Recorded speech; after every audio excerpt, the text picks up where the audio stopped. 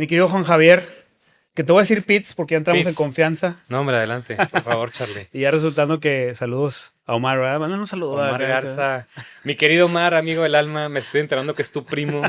Qué gusto, qué chiquito es el mundo. Así es, Gran amigo. Te estaba platicando que el primer podcast que fui fue de él, fue de él. hace 15 años, antes de que existieran los podcasts. Ajá. Entonces, qué grata Sí, sí, coincidencia sí. encontrarnos O sea, acá con el hasta el día primo. de hoy, tu primer podcast y tu último ha sido con un Garza. Exactamente. Exactamente. Exactamente. Oye, qué buena onda que estés aquí. Vamos a platicar de muchas cosas que nos interesan. Voy a empezar. Son tres temas Sí, que dominas, que has platicado. Te decía que he visto entrevistas y conferencias tuyas.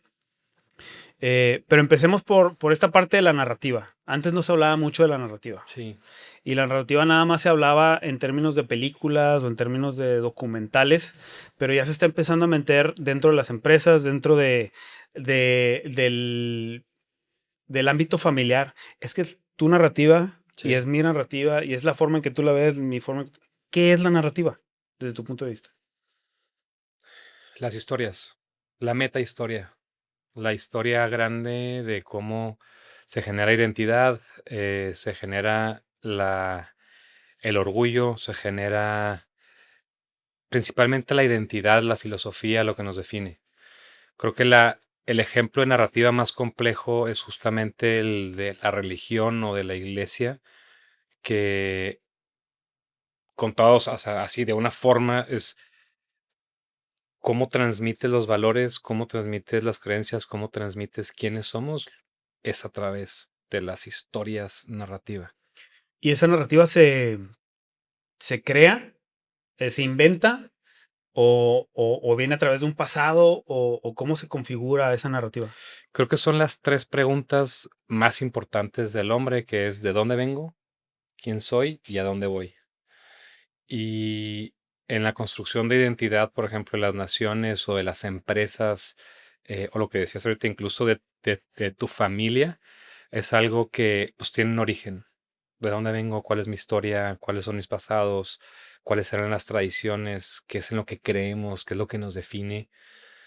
Y eso, pues muchas veces construye todo el sistema de creencias y luego llegas a la actualidad y tienes una narrativa de quién eres. Ujú. O sea, muchas veces para platicar quién eres y de dónde soy, recurres a la narrativa. Y algo muy interesante que hemos encontrado nosotros es que en la creación de futuros, en la creación de innovación, la forma de transmitir ese cambio que se quiere hacer, la forma de transmitirlo hacia las compañías, hacia la sociedad, es con una narrativa de imagínate que pudiéramos resolver este problema a Ok. través de esta tecnología, esta solución, trabajando en conjunto. Y entonces ahí se vuelve súper importante. Somos seres de narrativa, o sea, piensa qué seríamos si de repente se quitan las historias, la poesía, el arte, eh, colapsarían muchas instituciones. ¿Qué es lo que te hace diferente a ti de un gringo, un alemán? Es el sistema de O sea, creencias y narrativa. en términos filosóficos, ¿la narrativa te define o tú creas la narrativa Ambos, para definir algo? ambos. O sea, vienes de un pasado, eh, de donde vienes, y en el presente es donde puedes cambiar y reconstruir y redefinir esa narrativa.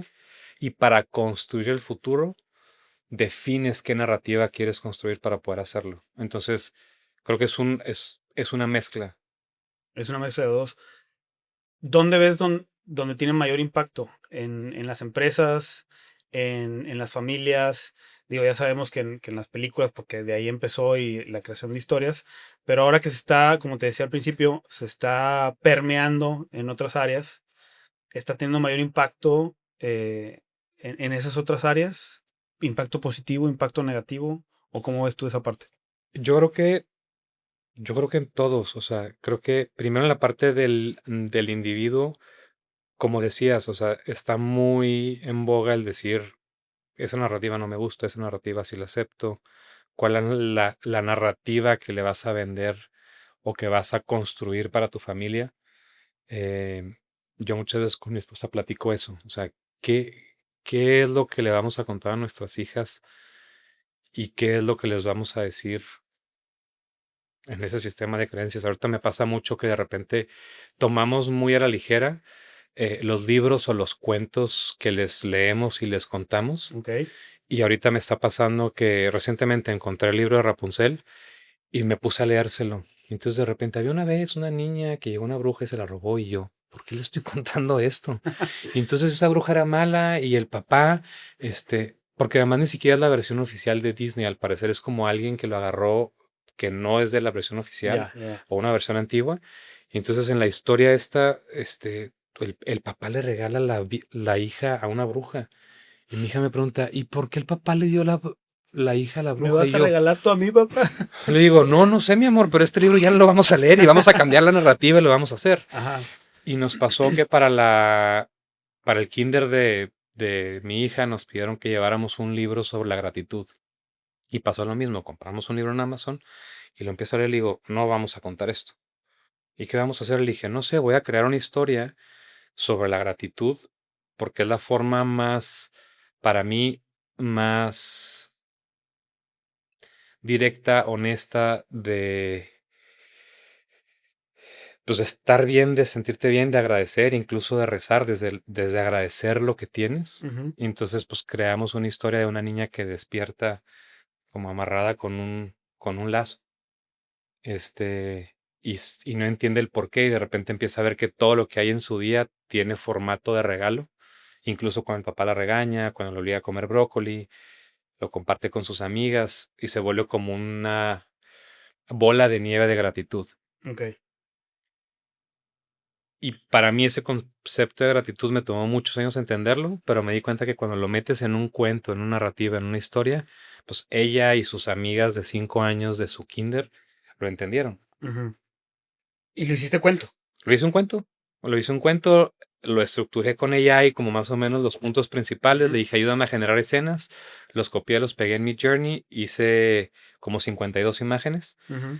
este, y luego pues fuimos, lo imprimimos y lo hicimos un cuento que a la fecha se los leo en la noche, Ok.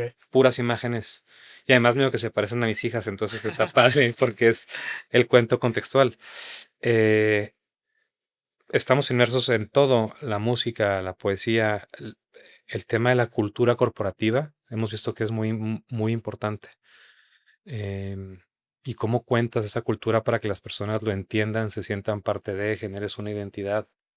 Aparte, creo que ayuda mucho esa parte porque mi esposa aquí está y ella sabe que me encanta no debatir, sino tener este tipo de conversaciones y esto es una de las cuestiones por las que abrí el podcast y todo, porque tengo muchas preguntas, Claro. andamos en busca de respuestas y en busca de todo. Entonces, fíjate, cuando escribí yo mi libro, en la introducción cuento la historia de cómo se conocieron mis abuelos. Mi abuela materna es de República Dominicana Ujú. y mi abuelo materno, ¿Tus abuelos Garza o González, González? sí, Ok. maternos. Entonces mi abuelo fue cónsul, estuvo en el Consulado de México en República Dominicana en los años 30, 40. La conoce allá, se casan y se la trae a México, ¿no? Estaba la dictadura de Víctor, no sé qué, allá en República Dominicana, entonces todas las mujeres querían salir o con gringos o con mexicanos y se venían. ¿Por qué se casó tu abuela con tu abuelo? ¿A qué voy con la narrativa? Esa misma pregunta, o sea, yo escribo la historia que tengo de mi mamá, Claro. ¿sí? Que es la única mujer de 8 hermanos, tiene 7 hermanos y es la única mujer. Y cuando publico el libro, de repente mis primos, esa no es la historia, yo me sé otra historia que me contó mi papá, ¿no? Y esta es la historia que tengo, y esta es la historia. Y dije, wow, todos tenemos y todos estamos en la narrativa correcta, porque es la perspectiva del hermano 1, del hermano 5, del hermano 8, de la hija, yo de la hermana, de la única hermana, entonces, que fue tratada diferente como una princesa, o sea, entonces la narrativa es también no es nada más lo que cuentas, sino cómo lo viste tú alrededor, ¿verdad? Y por eso sale esa narrativa. Y parece, estamos contando lo mismo, pero desde diferente perspectiva. Y puede coincidir ahí, o puede ser mentira, o cómo ves tú esa parte. Digo, es una pregunta bien interesante porque el primer plano es como si hay una verdad o si las cosas son relativas. Yo ahí lo que digo es que la verdad es topológica, es contextual. Depende de los zapatos que lo están viviendo Okay. y de cómo se interpretó y se vivió ese momento.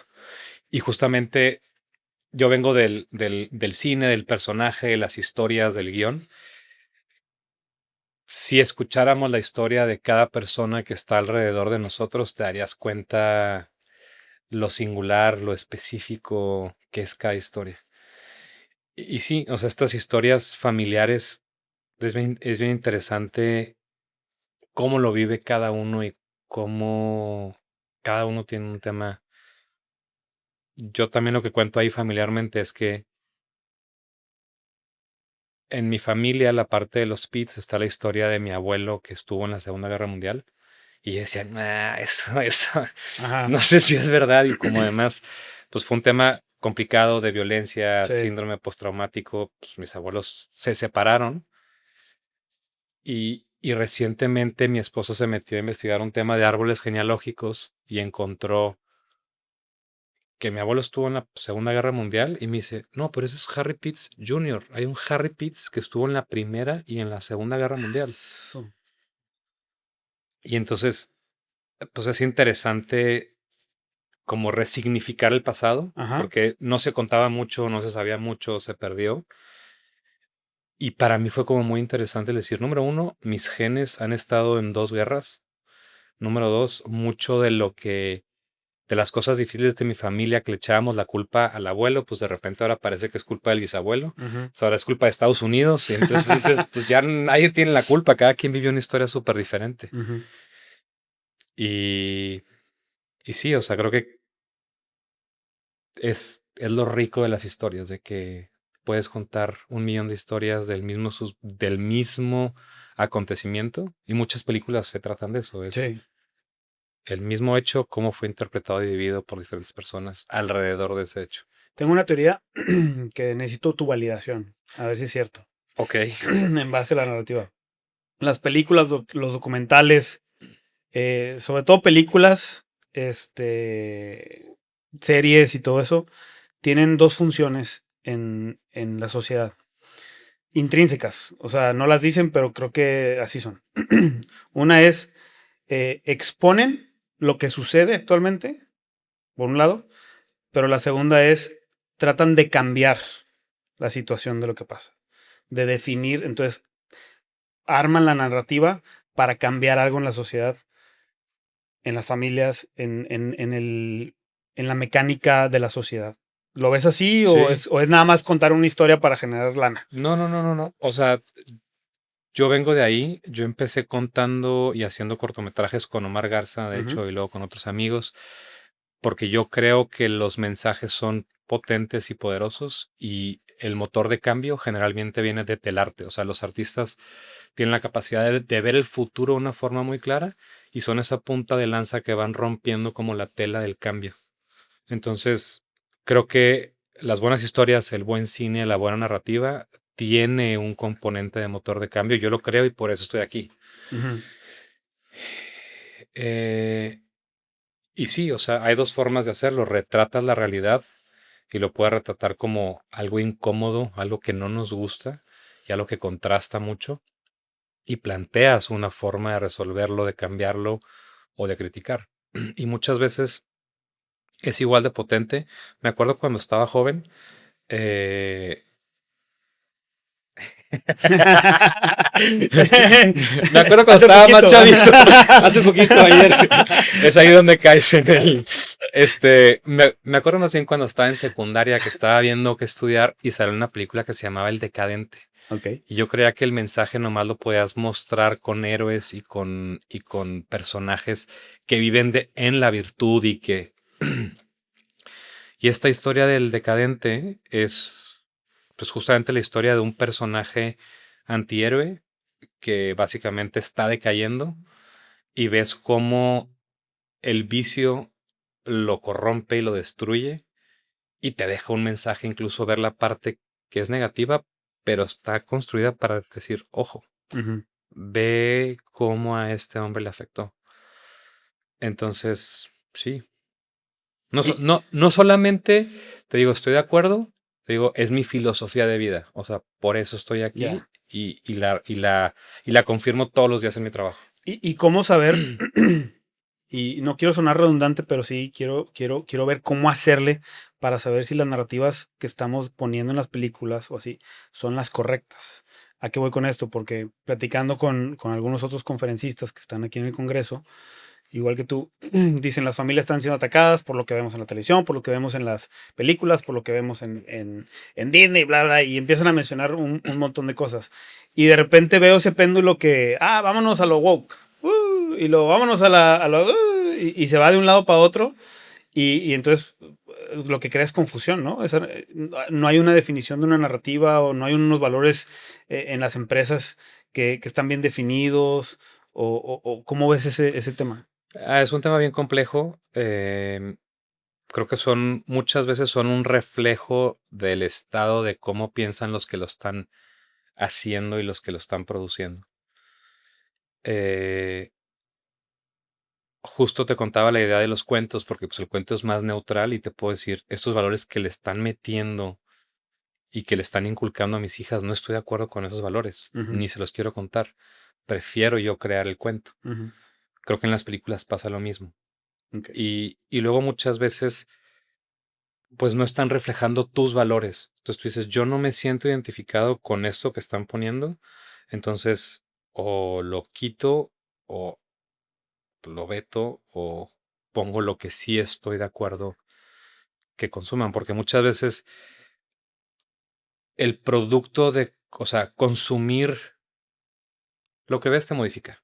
Eso, exacto. O sea, lo iba a decir muy complejo, como decía mi profesor de semiótica, de que el consumo de narrativas te genera el Sí, sí, cambio en la sí. narrativa y eso genera, pero lo que ves te modifica.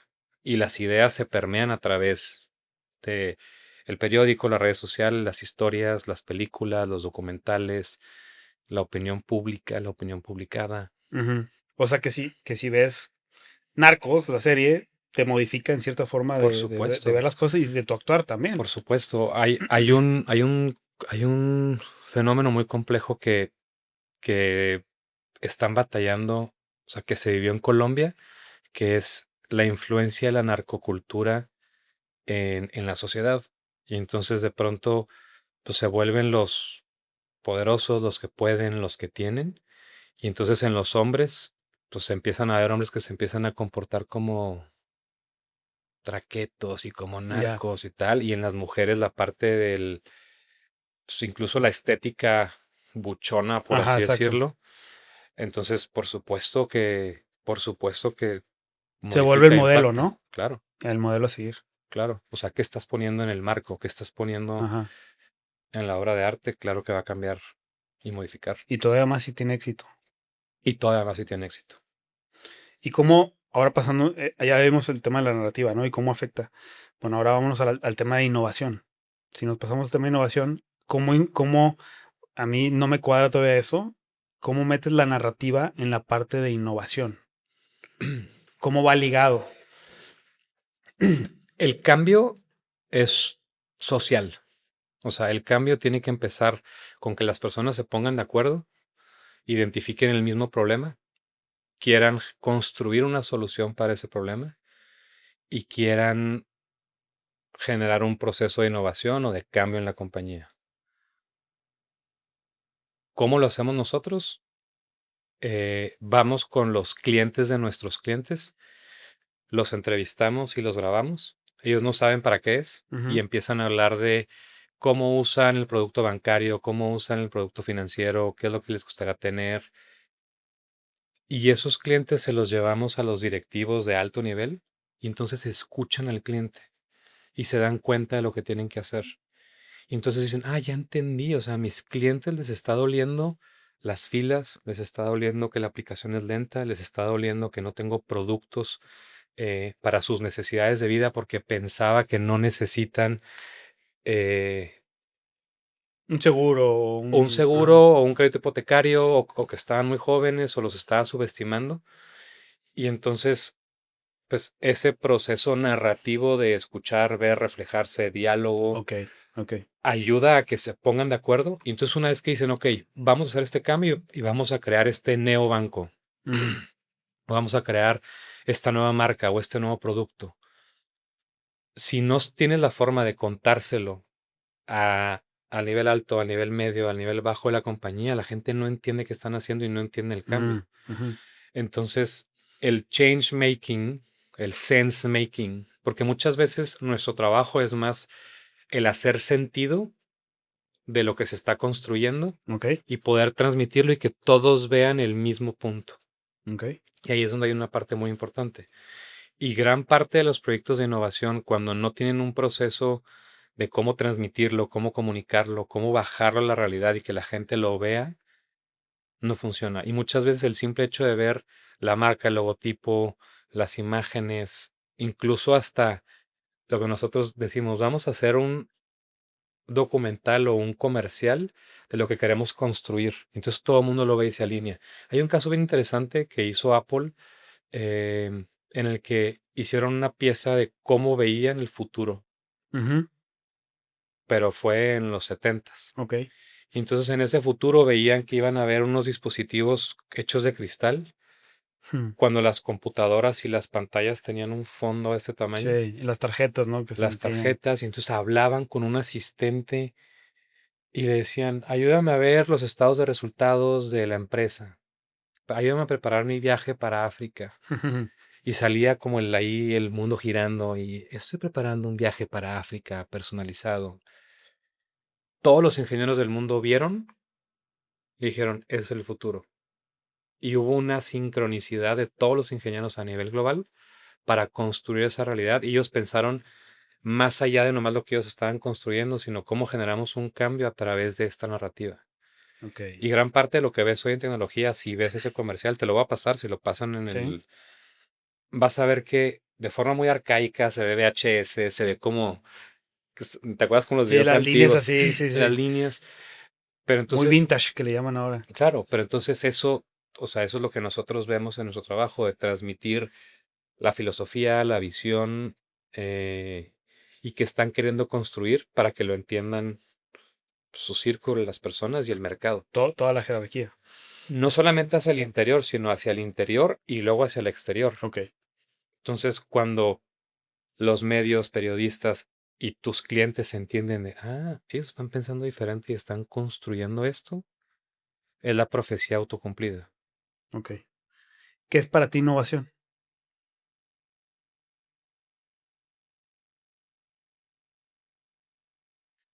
Me da mucha risa porque las personas que se dedican al arte les preguntas, ¿qué es el arte? Uy, se complica, no saben qué decir.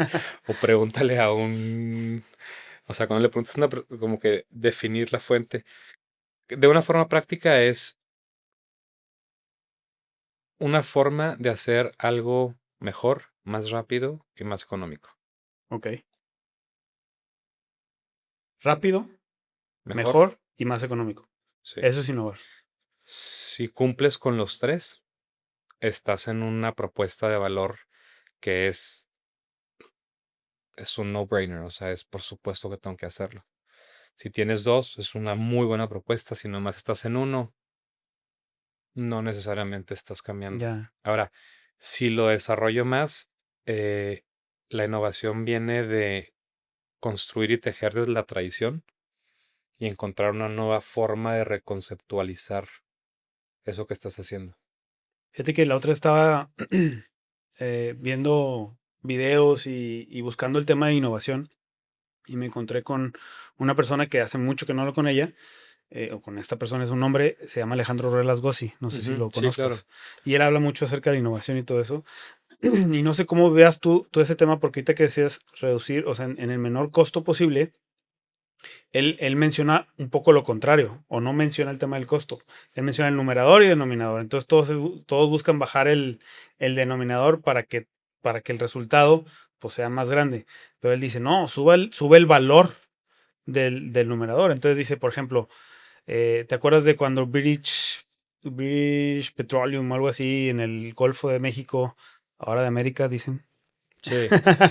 Gulf of America. Gulf of America, se derramó petróleo, ¿no? Dice, ese fue un tema por reducción de costos, ¿no? O sea, porque quisieron reducir costos, etcétera. Entonces, derivó en un accidente, ¿sí? Entonces, en lugar de hacer reducción de costos, mejor incrementemos valor a través de la innovación. La innovación es generar más valor porque no es más caro, te estoy dando más valor y Claro. que sea, y ahí es donde encuentro yo, estoy encontrando yo, y tú dime si es así correcto, donde la narrativa entra a saber venderlo, a través de la narrativa para decirte, en realidad te estoy dando más valor y que lo entiendas, Sí, ¿no? sí, él tiene un concepto que él dice race to the top, no race Sí, to the bottom. exacto. Entonces dice, todo el tema low cost echa a perder los ecosistemas y echa a perder las Ujú, economías y echa a perder las empresas.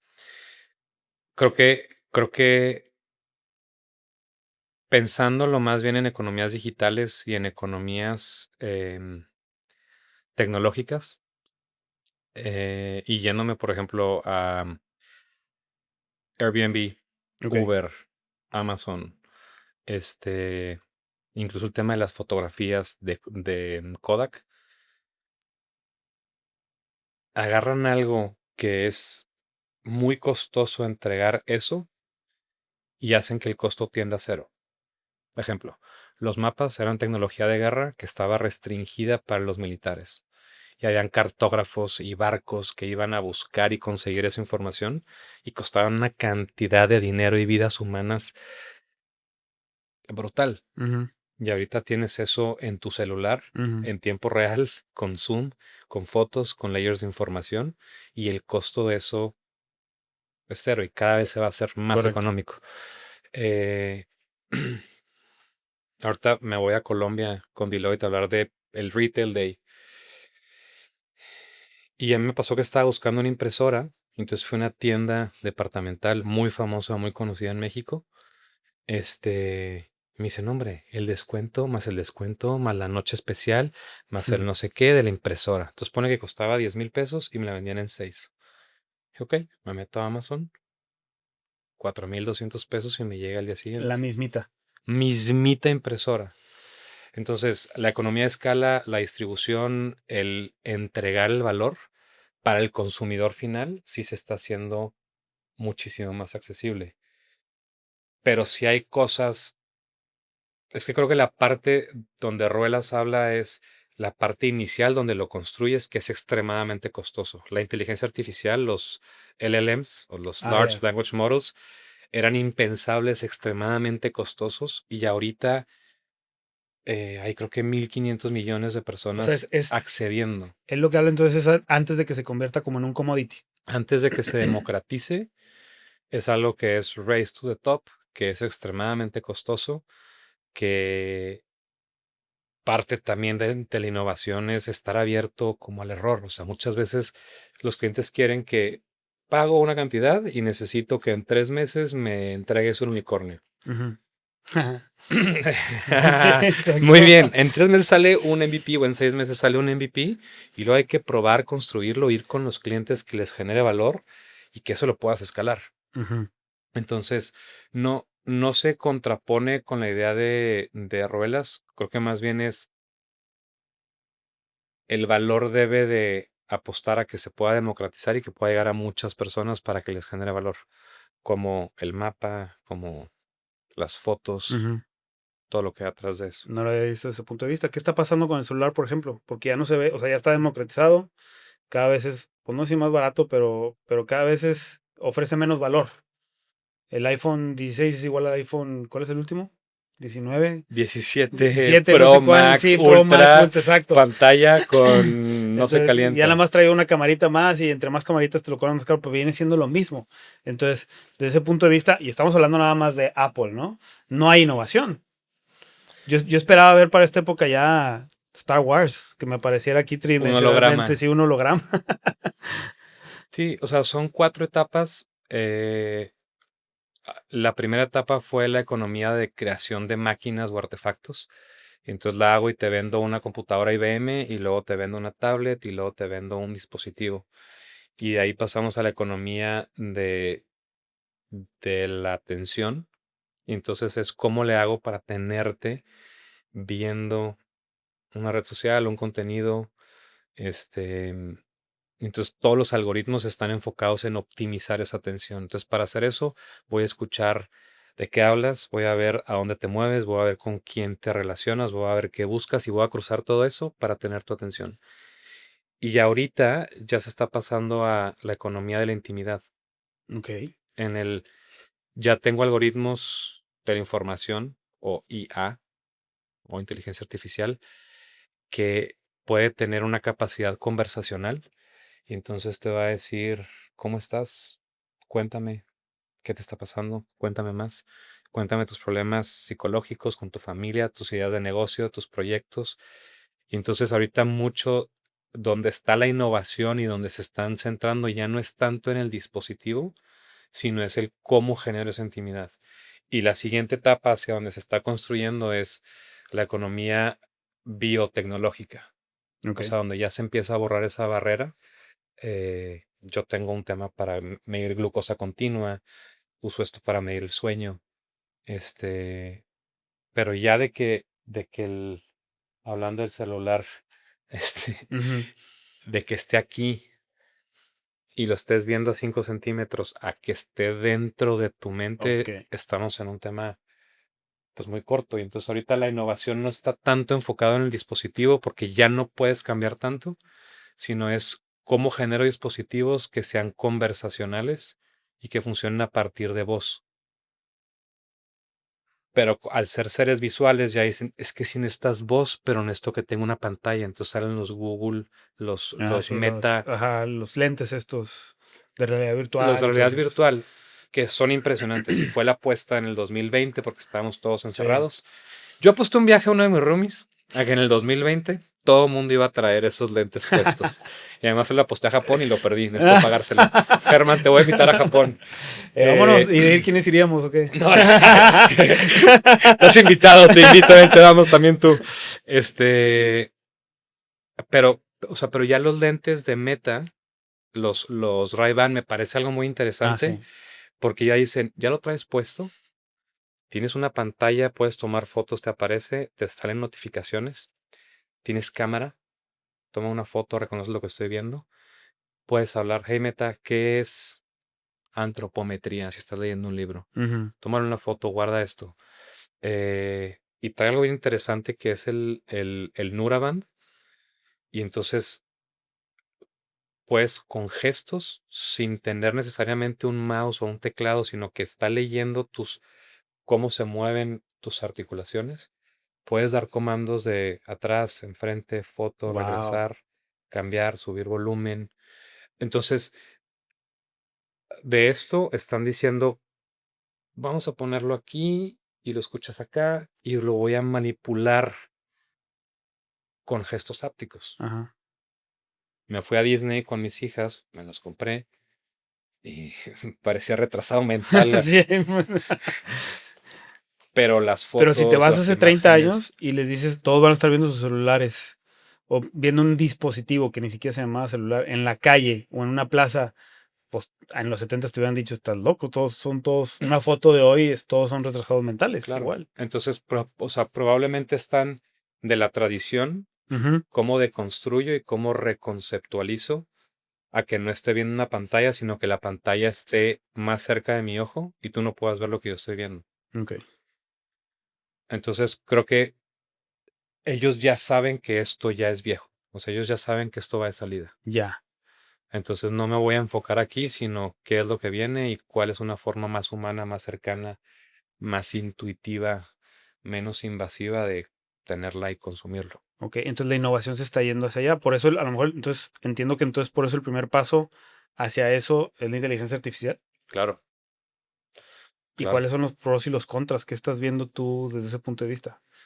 Porque de que viene, viene, lo platicamos antes de empezar a grabar, antes de ponerle play, ¿verdad? Es inevitable, es inevitable, es inevitable. Me voy primero a la parte como filosófica de lo que es, lo que significa. O sea, siempre hemos querido crear robots. eh, Golems era lo que los judíos en su momento en sus temas conceptualizaron como una figura de barro que puede trabajar por ti, que te puede ayudar, Ok. porque era la referencia que tenían. El tema de la inteligencia artificial es un concepto bastante viejo, eh, que de hecho desde la Segunda Guerra Mundial usaron mecanismos de inteligencia artificial medio análogos para descifrar el código Enigma. Ujú. Y ahí viene la pregunta de si podemos descifrar cómo piensa una máquina podemos descifrar cómo piensa la mente humana. Mm, Entonces la primera pregunta que se hacen es ¿cómo podríamos descifrar la mente humana? Y justo lo que decían es el momento en el que tengas una inteligencia artificial platicando con una inteligencia biológica y entre ellos no se den cuenta que una es biológica y la otra es artificial, entonces estás llegando al estado del arte donde ya se están desdibujando esas líneas. ok. Y ya estamos ahí. ¿Qué usas tú de AI? ChatGPT. A ver, pásamelo. Vamos a hacer una ¿Me prueba pueden acá en pasar mi vivo. teléfono, porfa? Por favor. Pero como siempre, Gracias. o sea, no hay buen internet, está la señal lejos, pero vamos a ver si funciona. Este, Aquí está. ok, a ver. Ah, ya me perdí acá, uno nuevo. ¿Qué tanto lo usas? Lo uso muy poco. Ah, bueno, Espero. esperas. Que no ¿Pero saque tienes trapitos versión al sol. pagada? Sí. Ok. Este,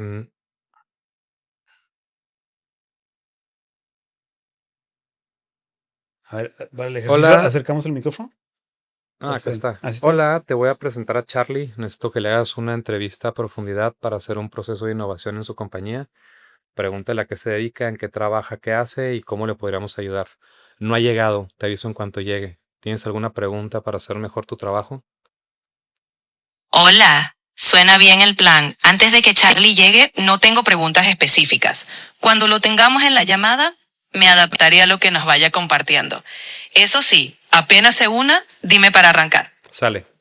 Si de repente ves que los dos están hablando, déjalo que él hable primero, que se presente y luego sigues tú, ¿ok? Por supuesto, le daré todo el espacio para que se presente con calma y cuando él termine, entro yo con las preguntas. Lo Usa, haremos fluir usa toda la base de conocimiento que tienes de Human y de Deep Nova para entrevistarlo. No tengo conocimientos previos sobre DeepNova ni de Human como empresa, más allá de tu contexto laboral. Para entrevistarlo, me centraré en preguntas claras y abiertas para que nos cuente sobre su empresa, sus Vale, desafíos busca y en la cómo... base de conocimiento y ya lo has usado antes, pero ahorita creo que andas medio rebelde. No importa, escucha cuando llegue y te digo, ¿ok? Nada más usa toda la parte de la entrevista y empatía.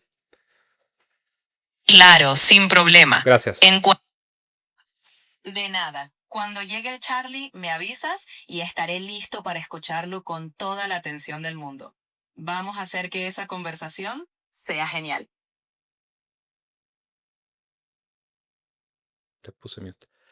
Hola, Charlie. Te voy a presentar con Juan Javier. Necesito que hables como si fueras Charlie, que sea súper abierto. Es una empresa de innovación y necesito que les cuentes todo lo que hacemos para que puedan hacernos un proceso de innovación en la compañía. Bueno, si me pides que hable como tú, lo haré directo. Juan Javier, nosotros en la empresa nos Perdón. dedicamos a innovar en Charlie, serio. perdón. No nos quedamos en... Charlie, perdón. No ha llegado Juan Javier. Mira, a ver, voy a presentarlos. Listo, Charlie. ¿Me puedes platicar qué hacen en la empresa y que te pueda conocer Juan Javier? Por supuesto. Encantado, Mira, Charlie. Cuéntame un poco, ¿a qué se dedica tu empresa y cuál es tu rol ahí? Así podemos entender mejor dónde innovar juntos. Nos dedicamos a crear soluciones que resuelven problemas reales, con tecnología y creatividad. Mi rol es liderar esos esfuerzos, conectar las necesidades con las ideas, y ahora estoy aquí porque quiero que juntos llevemos esa innovación a otro nivel. Me encanta. O sea que estás en la intersección entre tecnología, creatividad y necesidades reales. Cuéntame qué desafíos puntuales ves ahora que podríamos abordar con innovación. Ahora mismo veo que podríamos mejorar cómo anticipamos las necesidades de nuestros clientes, automatizar ciertos procesos que nos quitan tiempo y darle una vuelta creativa a la experiencia de usuario. Si atacamos eso, podemos lograr cambios muy significativos. Qué buen enfoque. Vamos a desglosar Cuando cada uno. Cuando hablas de anticipar necesidades, ¿qué tipo de señales o datos crees que aún no están aprovechando? Así podemos afinar bien esa innovación. Creo que no estamos aprovechando del todo el feedback indirecto. Patrones de comportamiento, preguntas frecuentes, incluso qué no nos piden. Con esos datos podemos predecir lo que van a necesitar antes de que lo digan. Eso sí que nos abre camino. Totalmente. Si le damos sentido a esos patrones, podríamos adelantarnos a sus expectativas. Con eso, automatizar procesos y darle ese toque creativo. Ahí Me encanta porque van a seguirle hasta... O sea, vámonos, que ellos hagan el podcast. O sea, son muchas cosas interesantes que parece un truco de magia, Ajá. pero número uno, no le dije, o sea, entre ellos no saben nada.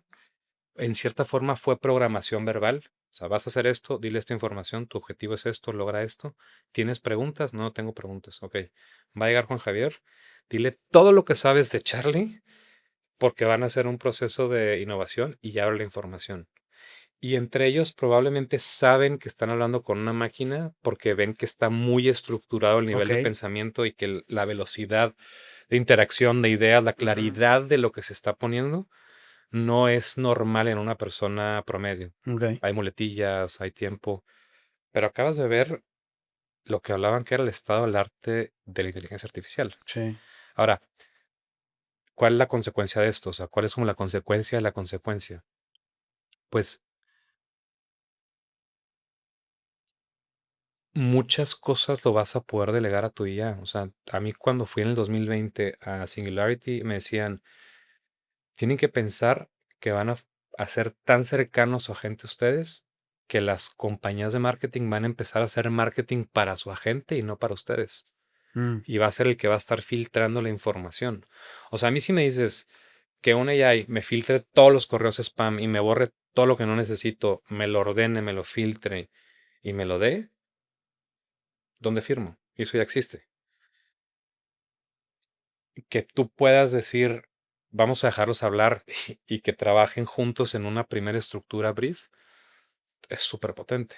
Ujú. Pero ¿cuál es el riesgo ahí? ¿Hay algún riesgo? ¿Le ves riesgos? Muchísimos riesgos. Muchísimos. Em, Muchísimos riesgos.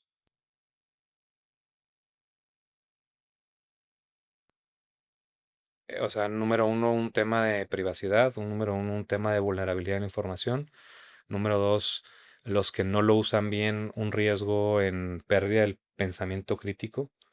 Eh, Número tres, o sea, número cuatro, creamos herramientas y esas herramientas nos modifican cuando convivimos con ellas. Ujú. Entonces, lo que te hablaba de la economía de la atención, pues ahorita está generando tanta atención, tanta dopamina, tanta sobreestimulación, que está generando problemas mentales, ansiedad, depresión. Pero el tema de la intimidad y de que tú te pongas a platicar cosas personales, proyectos, negocios, todo lo que estás haciendo, pues está moldeando tu forma de interactuar. Y hay mucha gente que pasa directo lo que necesitan y dejan que la IA escriba correos, WhatsApps, qué hago con mis hijos, cómo manejo este problema, tengo este pleito con mi jefe. Hay un estudio muy interesante que hicieron en el que creo que fue en Stanford o en MIT, pero pusieron a dos grupos. Uno que le daban a los dos el mismo problema, 45 minutos, y a este le daban IA y a este no. Ujú. Entonces, en el primer resultado de esos 45 minutos, este saca como 9.1 y saca 7.9. Entonces, de saque, te da una ventaja competitiva grandísima. Ujú. Porque piensa más rápido, estructura más rápido, ve cosas que no ves. Y dijeron, ahora vamos a volver a darles más tiempo a este que no le dimos AI, le damos AI, y al que se lo dimos, también se lo damos. Entonces fue primero sin y con, y luego los dos con. Y entonces este pasa de 9.1 a 9.2, porque pues no pensó, no se estructuró, y este pasa de 7.9 a 9.8. Ok. Entonces, ¿qué te está diciendo eso? Primero usa tu mente, ordena tus ideas, ve qué estás buscando construir. Cuando tengas las ideas claras, entonces ahora sí acércate Ya. para tener y que no te desvíe, porque ya pensaste en cosas. eh, pero a mí lo que me preocupa es cuando la gente se ponga en modo automático y deje que esto piense por ellos. Exacto, que pierdan el pensamiento crítico, ¿no? Sí. ¿Qué herramientas podrías decir, por ejemplo, tú a tus hijas, yo tengo una hija también, que le podríamos dar a nuestros hijos hoy para evitar eso? Porque he escuchado testimonios o podcasts o todo lo que hay alrededor, donde gente que dice, no, yo a mi hija para que se vaya metiendo al mundo de la IA y todo eso, todas las noches le digo que le haga una pregunta. Y sí, pues a lo mejor le está resolviendo una duda, pero está perdiendo a lo mejor pensamiento crítico donde esa duda la puede buscar y hay diferentes narrativas, como empezábamos, acerca de eso y definir cuál es su narrativa de acuerdo a sus valores, su narrativa personal, etcétera, etcétera, y no que se lo defina Charlie. Charlie. Y además claro, puedo actuar en modo sí, Charlie. Sí.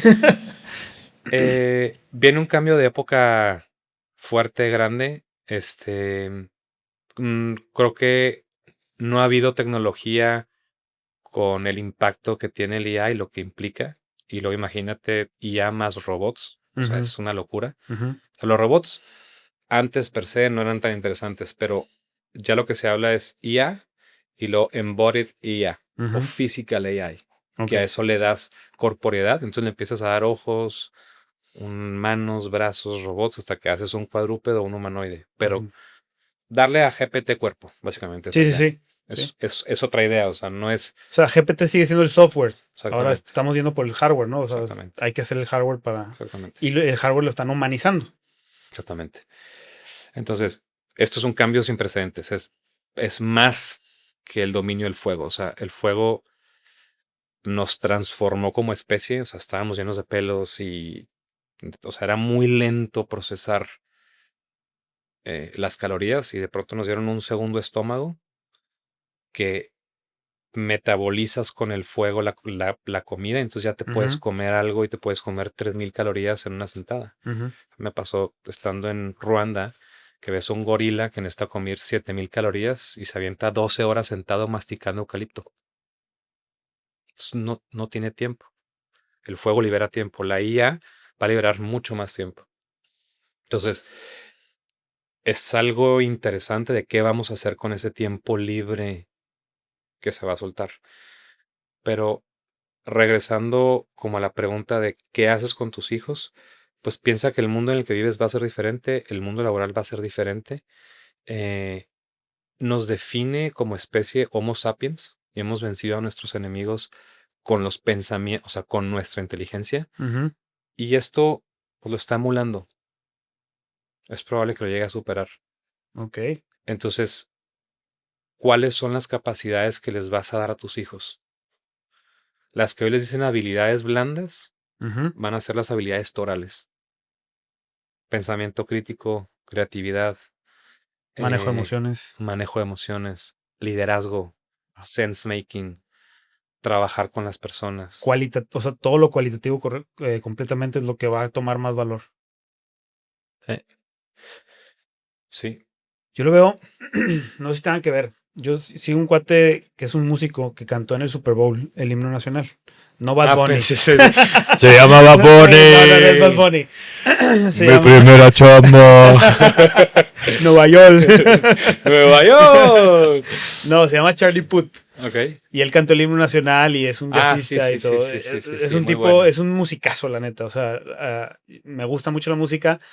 No la de Bad Bunny, pero este no es el podcast para hablar de ello. Pero es un musicazo. Y el cuate dice que con toda la era digital, con toda la era de inteligencia artificial aplicada a la música en específico, y ahora quiero extrapolarla a la vida cotidiana, dice, vamos a regresar porque ya lo estamos haciendo. Una es, en pandemia, nos fuimos todo digital, 100% digital.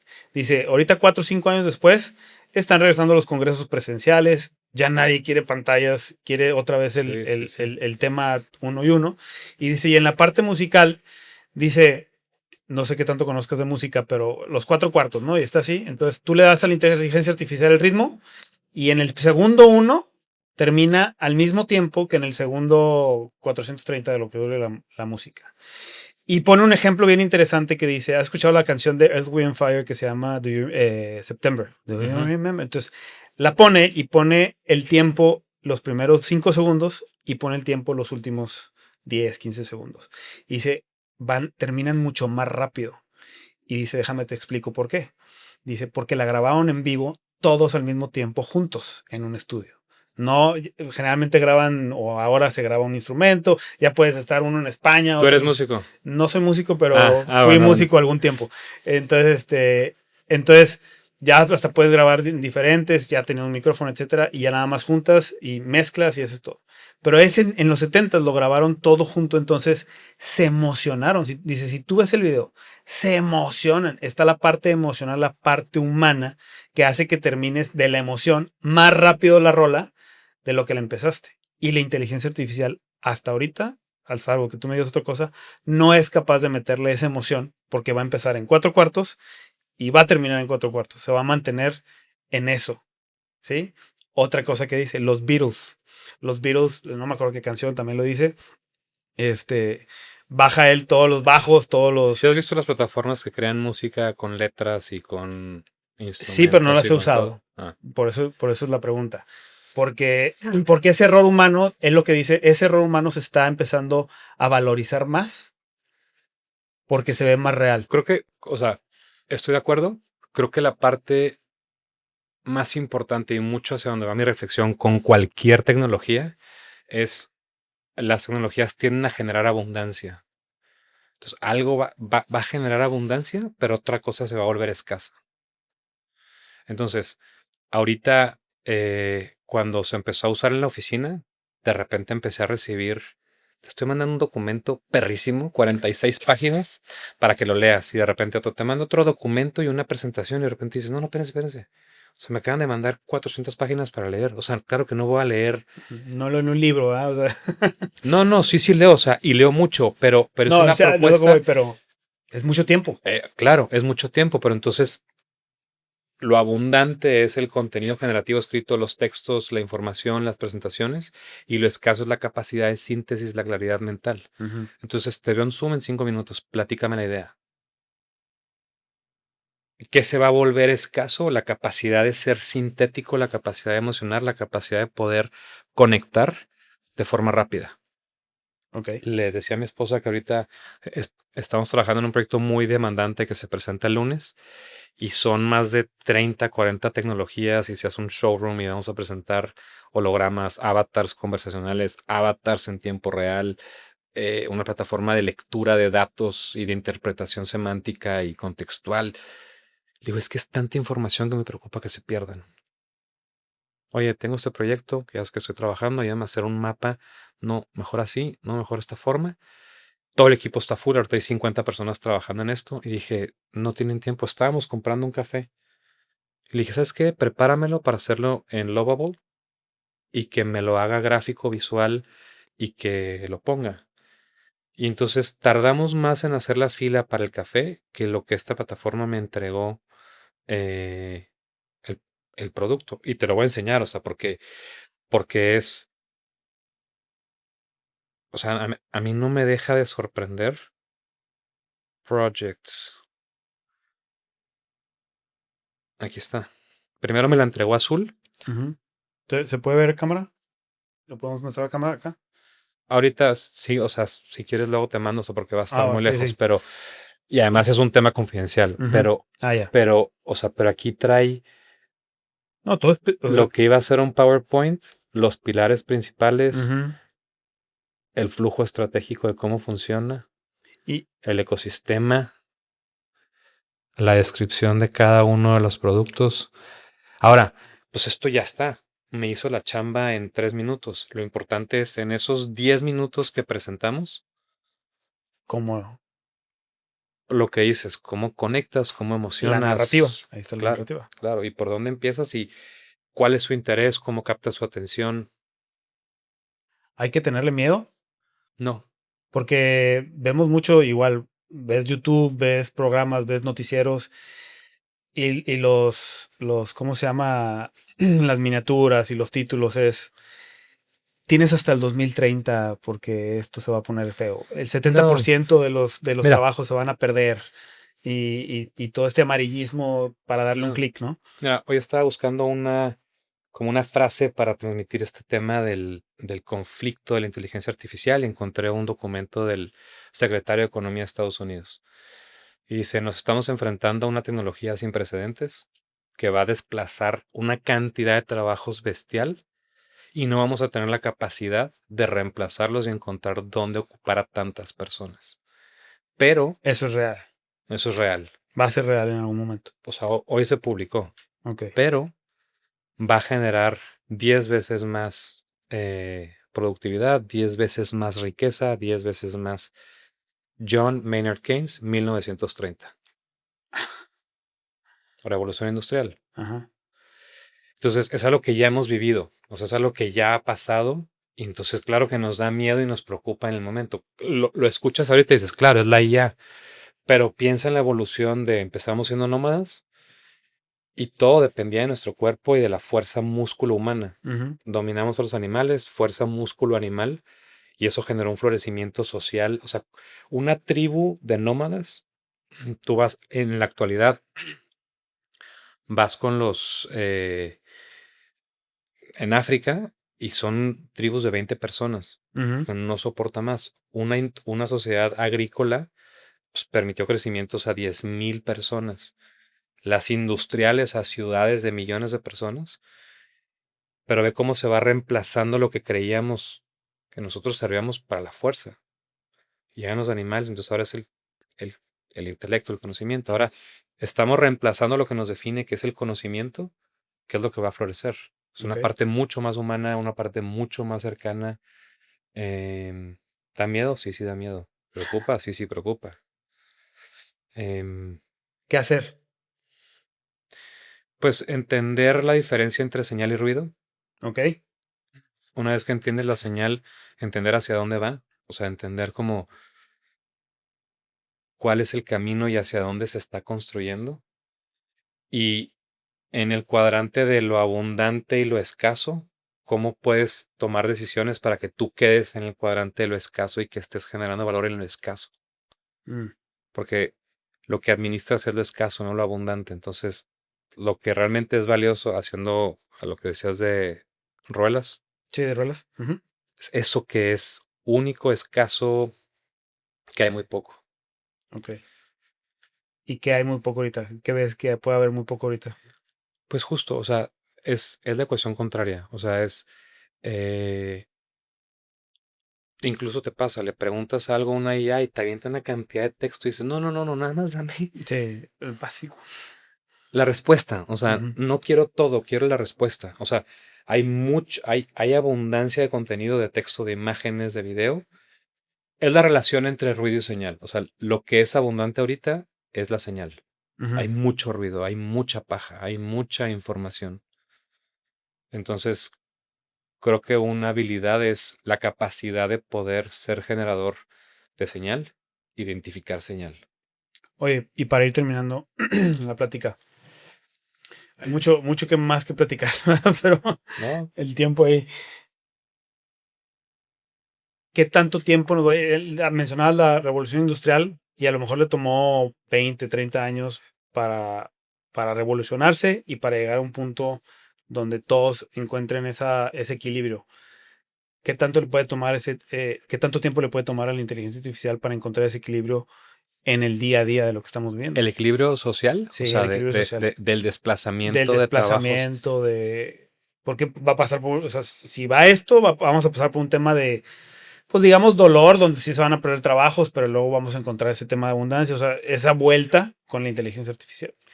Es una muy buena pregunta. Creo que es difícil cuantificarla y medirla. Eh, Hay mucha gente que ni siquiera sabe de esto y ni siquiera está enterada Ujú. y ni siquiera Completamente. o sea, ni siquiera ve venir el tamaño de la ola.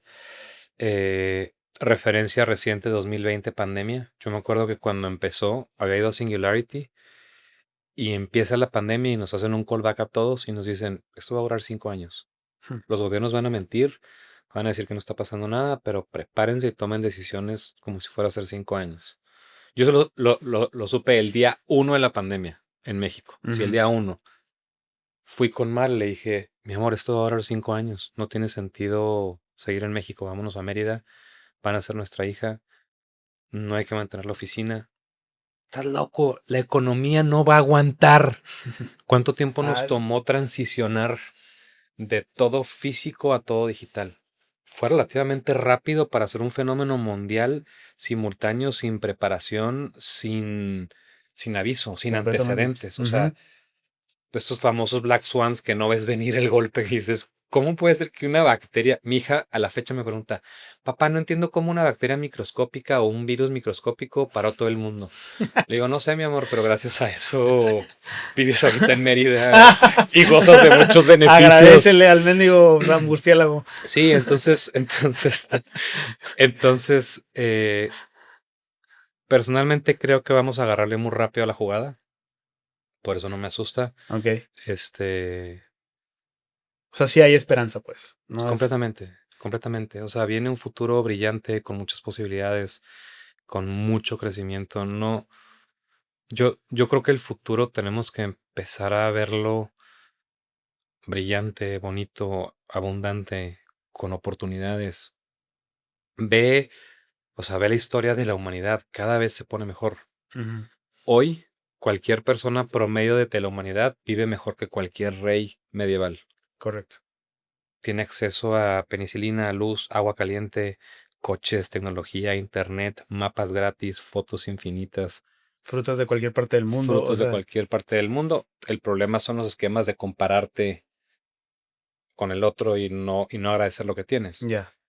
Pero yo estoy convencido que va a ser así. Y ya si llega Terminator, pues ya veremos a ver qué hacemos. Nos vemos No al nos rato. queda de otra. Hasta luego. Pero yo ya vi esa película. Y hablando de narrativa, o sea, ve el poder de una narrativa de Sí, Terminator, de Terminator. Skynet, de Ajá. Ex Machina. Ah, esa Ex Máquina está... Una locura. Es una locura esa película. Una locura. Mi querido Pete, Mi querido qué Charlie. divertido. Muchas gracias. No, hombre. Mucho aprendizaje. Y vámonos con miedo. Digo, vámonos con esperanza. No, o sea, justo uno de los expositores, José Antonio Lozano, que es responsable del IPADE y de la UP, no sé Ajá. cómo el título, pero justamente hablaba de eso, hablaba de, hay un futurofobia generalizado. Sí, sí. Nos tienen paralizados, entonces esto no va a estar bueno, todo va a estar mal, y toda la gente está en una narrativa de distopia, Ujú. y creo que es nuestra responsabilidad el compartir las buenas noticias, esto va a estar bien, prepárate, pero esto va a traer muchas cosas buenas. Esto y muchas cosas más Y que están mucho. sucediendo. Yo creo que es correcto lo que mencionas y estar abiertos a esas cosas nuevas y sin miedo, con esperanza y viendo qué es lo que viene, ¿no? Estando atentos a qué viene y escuchándote a ti y escuchando a los expertos para saber y tomar decisiones oportunas y correctas. Completamente. Pete, muchas gracias. Gracias. Saludos, Omar. Yo lo tengo Homie. primero. Yo lo tengo Primero y último.